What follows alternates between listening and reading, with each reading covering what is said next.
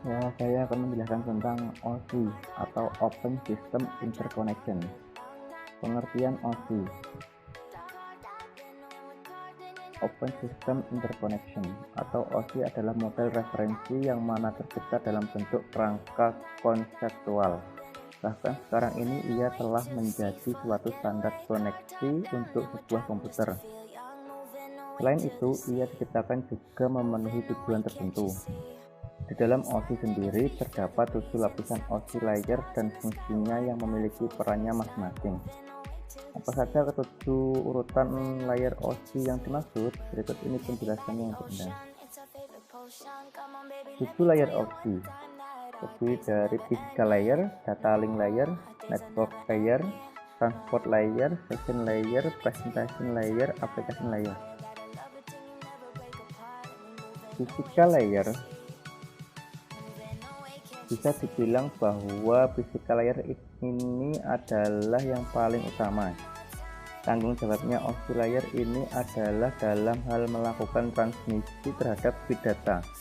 Tentu saja hal itu dilakukan dari physical layer mengirim dan bertujuan kepada physical layer penerima. Nantinya di sini data juga akan ditransmisikan dengan memakai jenis sinyal yang telah didukung media fisik.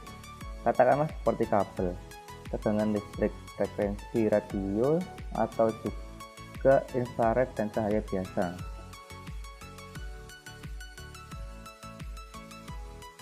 Dua, data link layer. Ketika proses transmisi data sedang berlangsung, maka akan ada potensi terjadinya kesalahan. Maka inilah yang menjadi tanggung jawab dari OSI layer layanan data link layer ini, di mana tugasnya memang melakukan pemeriksaan kesalahan. Data link layer ada dalam urutan OSI juga memiliki tanggung jawab dalam hal membungkus bit hingga berbentuk data frame. Selain itu, data link layer pun juga dapat mengelola skema pengamatan fisik, misalnya seperti alamat MAC yang ada pada satu jaringan. Bahkan bisa dibilang data link layer ini merupakan salah satu yang paling kompleks di antara layer yang lainnya. Hal inilah yang menjadi alasan terbaginya data link layer menjadi dua sub-layer, yaitu MAC atau Media Access Control dan juga LLC, Logical Link Control. Tugas dari MAC sendiri tak lain adalah mengendalikan perangkat dari satu jaringan yang mendapat akses ke medium dan juga izin ketika melakukan transmisi data. Sedangkan LLC sendiri bertugas mengidentifikasikan kemudian membungkus protokol network layer dan juga melakukan kontrol terhadap pemeriksaan kesalahan. 3. Network layer. Di antara 7 OSI layer yang ada, network layer memiliki tugas dalam mendefinisikan alamat IP. Hal ini membuat setiap komputer akhirnya dapat terhubung dengan satu jaringan. Bahkan tak hanya itu saja, network layer juga berfungsi untuk melakukan proses routing serta membuat header pada paket-paket data yang ada.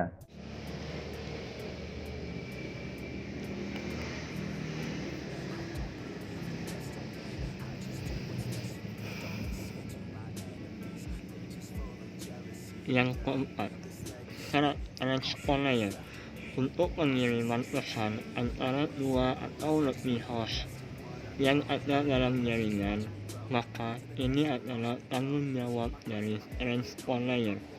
Selain itu, ia juga menangani adanya pemecahan serta penyambungan pesan, kemudian juga melakukan kontrol untuk keandalan jalur koneksi yang sudah diberikan. Perangkat dan protokolnya. Router memiliki fungsi tambahan firewall, dan protokol memiliki TCP, UDP, SPF, dan juga IPF.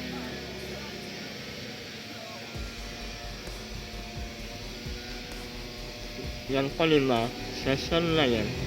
Tanggung jawab dari session layer adalah mengendalikan sesi koneksi dialog, dan juga mengelola. Bahkan dapat pula memutuskan koneksi dari komputer agar bisa membentuk sesi komunikasi. Maka digunakanlah sirkuit virtual yang mana dibuat oleh lapisan OSI bernama Transport Layer. Selanjutnya, saya akan menjelaskan layer OSI yang ke-6 dan ke-7, yaitu Presentation Layer dan Application Layer. Yang pertama, Presentation Layer. Presentation Layer merupakan lapisan ke-6 dari OSI. Presentation Layer merupakan fungsi-fungsi tertentu yang diminta untuk menjamin penemuan sebuah penyelesaian umum bagi masalah tertentu. Presentation Layer tidak mengizinkan pengguna untuk menyelesaikan sendiri suatu masalah. Satu layanan prestasi adalah encoding data. Kebanyakan pengguna tidak memindahkan string bit binary yang random. Para pengguna saling bertukar data seperti nama orang, tanggal, jumlah uang, dan tagihan. Item-item tersebut dinyatakan dalam bentuk string karakter, bilangan integer, bilangan floating point, struktur data yang dibentuk dari beberapa item yang lebih sederhana. Terdapat perbedaan antara satu komputer dengan komputer lainnya dalam memberikan kode untuk menyatakan string karakter, integer, dan sebagainya, untuk memungkinkan dua buah komputer yang memiliki presentasi yang berbeda untuk dapat berkomunikasi. Struktur data yang akan dipertukarkan dapat dinyatakan dengan cara abstrak sesuai dengan encoding standar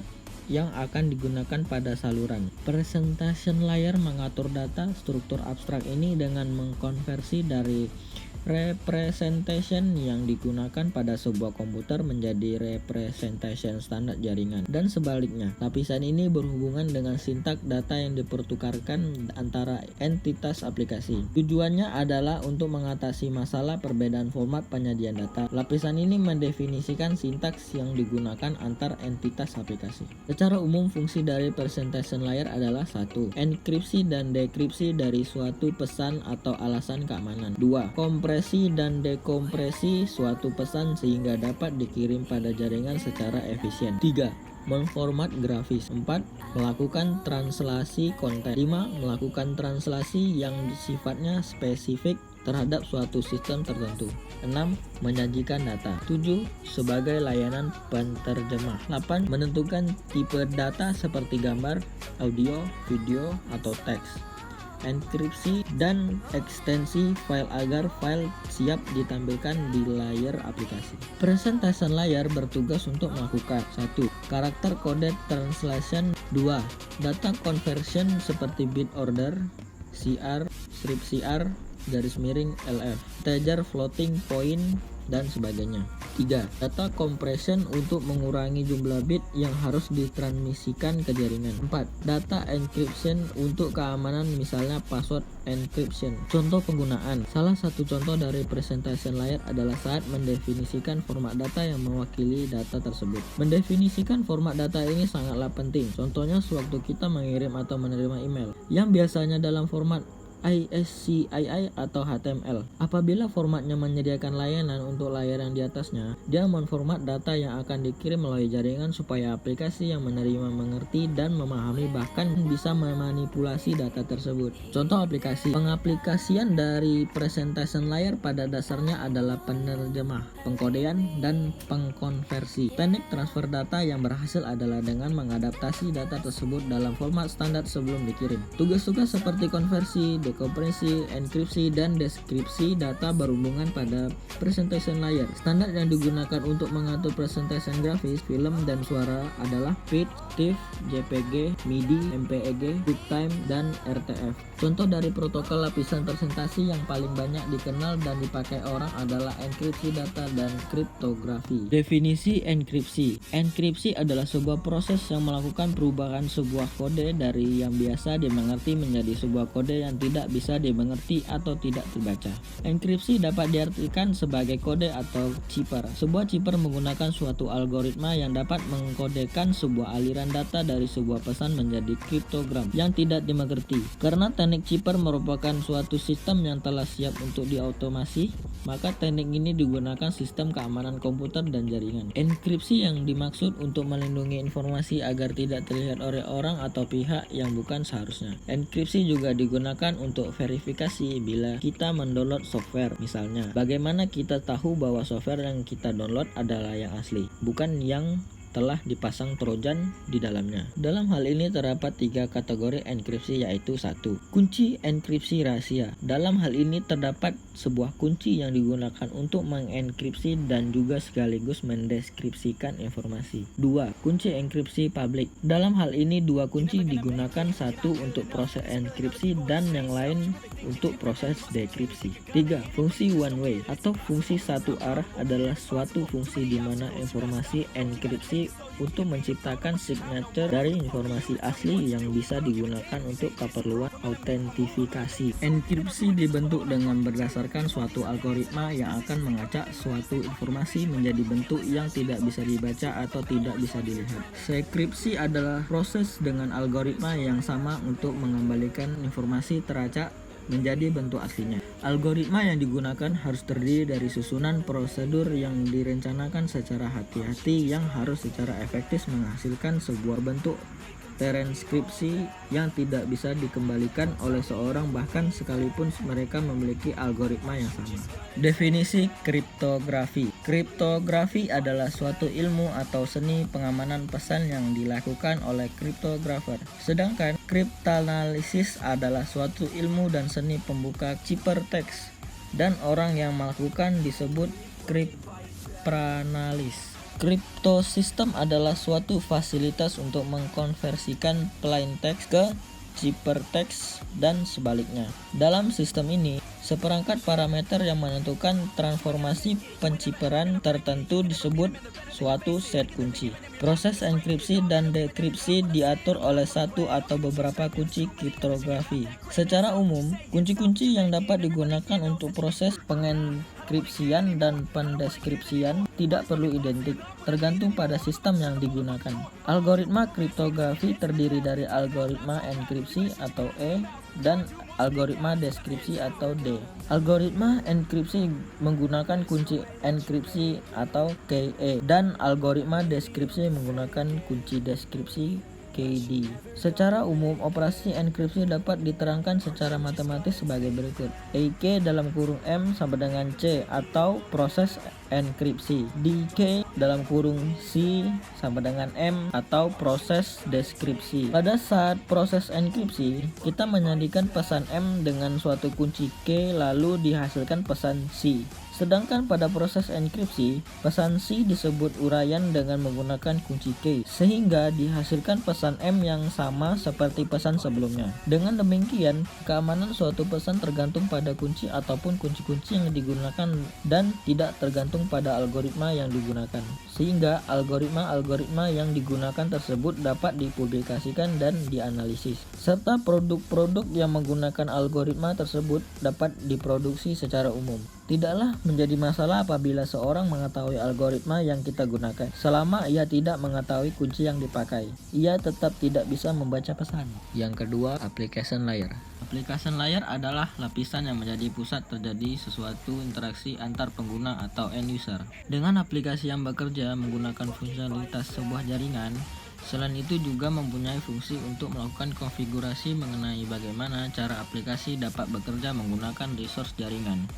Dan kemudian dapat memberikan pesan saat terjadi sebuah kesalahan pada proses pengaturan jaringan. Protokol application layer digunakan untuk pertukaran antar data program yang berjalan pada source dan host tujuan. Ada banyak protokol application layer dan protokol terus dikembangkan. Application layer berada pada ujung protokol stack TCP/IP. Application layer pada TCP/IP adalah kumpulan dari beberapa komponen software yang mengirim dan menerima informasi dari port TCP dan UDP. Beberapa komponen pada application layer hanya sebagai alat untuk mengumpul informasi konfigurasi network dan beberapa lainnya boleh jadi adalah sebuah user interface atau API atau application program interface yang mendukung desktop operation environment.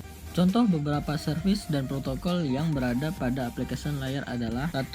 DNS protokol. Dalam jaringan data, peralatan diberi label dengan alamat IP numerik sehingga mereka dapat berpartisipasi dalam mengirim dan menerima pesan melalui jaringan. Namun, kebanyakan orang sulit mengingat alamat numerik. Oleh karena itu, nama domain diciptakan untuk mengkonversi alamat numerik menjadi nama. Di internet, nama domain ini seperti www.cisco.com. Jauh lebih mudah bagi orang untuk diingat daripada 192.168.1.219.25 yang adalah alamat numerik sebenarnya untuk server di ini. DNS atau Domain Name System diciptakan sebagai nama domain untuk alamat resolusi jaringan ini. DNS didistribusikan menggunakan satu set server untuk menyelesaikan nama-nama yang terkait dengan alamat nomor.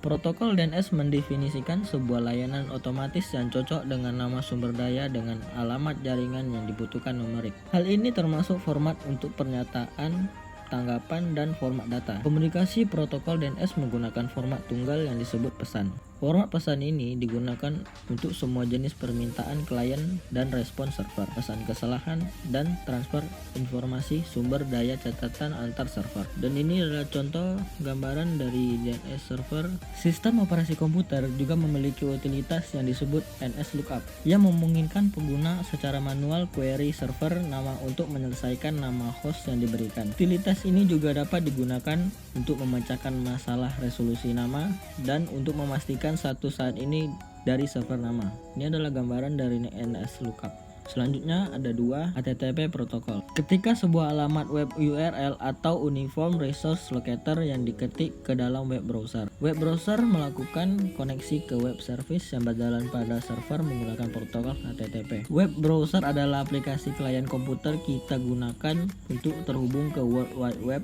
dan sumber daya akses disimpan pada server web. Sebagaimana dengan proses server, web server berjalan sebagai sebuah layanan latar belakang dan membuat berbagai jenis file yang tersedia. Browser dapat menafsirkan dan menyajikan berbagai jenis data seperti teks biasa atau hypertext, markup language atau HTML. Jenis data lain mungkin memerlukan layanan lain atau program. Biasanya disebut sebagai plugin atau add-ons. Untuk membantu browser menentukan jenis file itu adalah menerima server, menentukan jenis data yang berisi file. Hypertext Transfer Protocol atau HTTP adalah salah satu protokol dalam switch TCP/IP. Pada awalnya dikembangkan untuk mempublikasikan dan mengambil halaman HTML. HTTP digunakan di World Wide Web untuk transfer data dan merupakan salah satu protokol aplikasi yang paling sering digunakan. Sebuah web browser mengirimkan pesan GET untuk meminta halaman dari server web. Setelah server menerima penerimaan GET, akan meresponnya dengan baris status seperti HTTP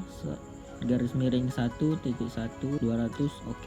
Bagian yang mungkin merupakan file yang diminta, pesan kesalahan, atau beberapa informasi lainnya. Post dan put digunakan untuk mengirim pesan yang mengupload data ke web server. Sebagai contoh, ketika pengguna memasukkan data ke dalam bentuk tertanam dalam suatu halaman web, post meliputi data dalam pesan yang dikirim ke server. Ini adalah merupakan gambarannya. Yang ketiga, SMTP atau PUP protokol.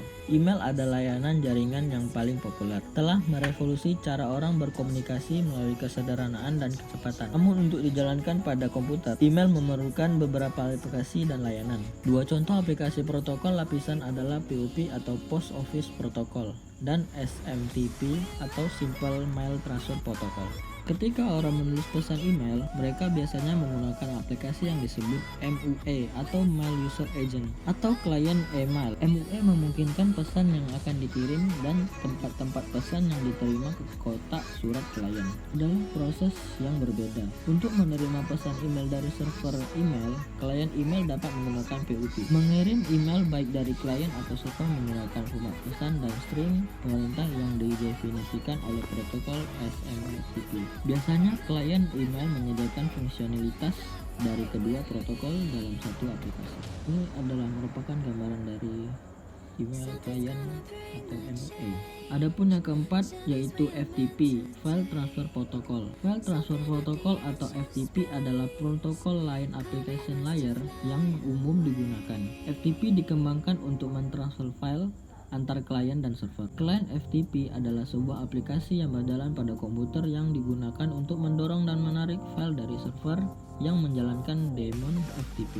Untuk berhasil mentransfer file, FTP membutuhkan dua konektivitas antar klien dan server. Satu untuk perintah dan jawaban, yang lain mentransfer file yang sebenarnya. Klien menetapkan koneksi pertama ke server pada port TCP/21. Koneksi ini digunakan untuk lalu lintas, yang terdiri dari perintah klien dan server balasan. Klien menetapkan kedua sambungan ke server melalui port TCP/20. Koneksi ini untuk transfer file aktual dan dibuat setiap kali ada file yang ditransfer. Klien dapat mendownload atau tarik file dari server, atau klien dapat mengupload atau push file ke server. Ini adalah merupakan gambaran dari FTP proses. Yang kelima, DHCP protokol. DHCP atau Dynamic Host Configuration Protocol layanan memungkinkan perangkat pada jaringan untuk memperoleh alamat IP dan informasi lainnya dari server DHCP. Layanan ini secara otomatis penugasan alamat IP, subnet mask, gateway, dan parameter jaringan IP. DHCP memungkinkan sebuah host untuk mendapatkan alamat IP secara dinamis ketika terhubung ke jaringan. Server DHCP dihubungi dan alamat diminta. Server DHCP memiliki alamat dari berbagai konfigurasi alamat. Pada jaringan lokal yang lebih besar, alamat DHCP didistribusikan tidak secara permanen ditugaskan untuk host, tetapi hanya disewa untuk jangka waktu tertentu. DHCP bisa menimbulkan risiko keamanan karena setiap alat yang terhubung ke jaringan dapat menerima alamat. Risiko ini membuat keamanan fisik merupakan faktor penting ketika menentukan apakah akan menggunakan alamat dinamis atau manual. Tanpa DHCP, pengguna harus secara manual memasukkan IP, subnet mask, dan pengaturan jaringan lain untuk bergabung dengan jaringan. Itulah contoh gambaran dari DHCP server. Yang keenam, Telnet protokol. Setelah jaringan yang tersedia, orang membutuhkan cara akses jarak jauh ke sistem komputer dengan cara yang sama yang mereka lakukan dengan terminal langsung terpasang. Telnet dikembangkan untuk memenuhi kebutuhan itu. Telnet kembali ke awal 1970-an dan merupakan salah satu yang tertua dari protokol application layer dan layanan di TCP/IP switch. Telnet menyediakan metode standar menerima perangkat terminal berbasis teks melalui jaringan data. Kedua protokol itu sendiri dan perangkat lunak klien yang mengimplementasikan protokol yang sering disebut sebagai telnet. Koneksi menggunakan telnet disebut sesi VTY atau Virtual Teletype. Alih-alih menggunakan perangkat fisik untuk terhubung ke server, telnet menggunakan perangkat lunak untuk membuat perangkat virtual yang menyediakan fitur yang sama dari sesi terminal dengan akses ke server antarmuka baris perintah CLI. Ini adalah gambaran dari telnet. Telnet adalah klien atau server dan protokol ini menetapkan bagaimana sesi VTY didirikan dan diberhentikan. Hal ini juga menyediakan sintaks dan urutan perintah yang digunakan untuk memenuhi sesi telnet, serta perintah kontrol yang dapat ditempatkan selama sesi. Setiap perintah telnet terdiri dari setidaknya 2 byte. Byte pertama adalah karakter khusus yang disebut tasviran sebagai command atau IAC karakter. Seperti namanya, IAC mendefinisikan byte berikutnya sebagai perintah daripada teks. Presentasi dari kelompok kami, salah kata mohon dimaafkan. Assalamualaikum warahmatullahi wabarakatuh.